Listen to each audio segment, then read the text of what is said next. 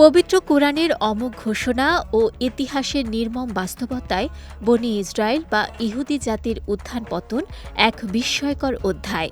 যুগে যুগে মহান আল্লাহ তাআলার অবাধ্যতা, নবীদের হত্যা এবং পৃথিবীতে ফিতনা ফাসাদ সৃষ্টির কারণে এই জাতি বারবার লাঞ্ছিত এবং বিতাড়িত হয়েছে।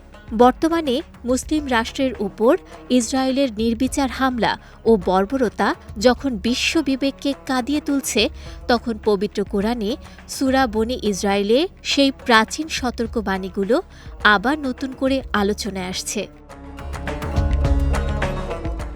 পবিত্র কোরআনে মহান আল্লাহ তাআলা বনী ইসরায়েল সম্পর্কে গুরুত্বপূর্ণ ভবিষ্যদ্বাণী উল্লেখ করেছেন।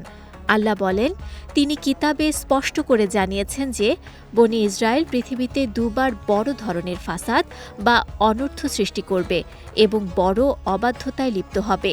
এরপর যখন প্রথমবার তাদের অনর্থ চরমে পৌঁছাবে, তখন আল্লাহ তার শক্তিশালী বান্দাদের তাদের বিরুদ্ধে পাঠাবেন এবং তারা সর্বত্র ছড়িয়ে পড়ে তাদের পরাজিত করবে।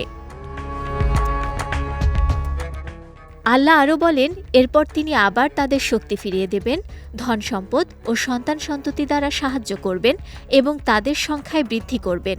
কিন্তু তারা যদি পুনরায় অনর্থ সৃষ্টি করে, তবে আল্লাহ আবারও তাদের শাস্তি দেবেন। ইতিহাসবিদদের অনেকের মতে প্রথম বিপর্যয়টি অতীতে সংঘটিত হয়েছে। খ্রিস্টপূর্ব ৭২২ অব্দে নব্য আসিরীয় সাম্রাজ্যের রাজারা বনী ইসরায়েলের একটি বড় অংশকে পরাজিত ও নির্বাসিত করেন এবং তাদের রাজ্য দখল করেন। অন্যদিকে তাফসিরবিদদের মধ্যে এ বিষয়ে ভিন্ন মত রয়েছে।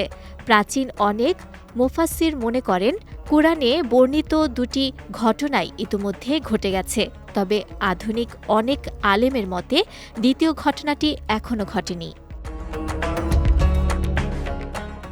ইসলামী বিশ্বাস অনুযায়ী কিয়ামতের আগে ইমাম মাহদীর নেতৃত্বে মুসলমানরা আবার জেরুজালেম বিজয় করবে।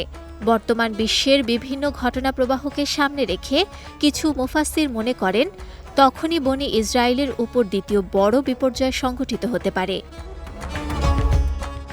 বিজয় টিভি নিউজ ডেস্ক।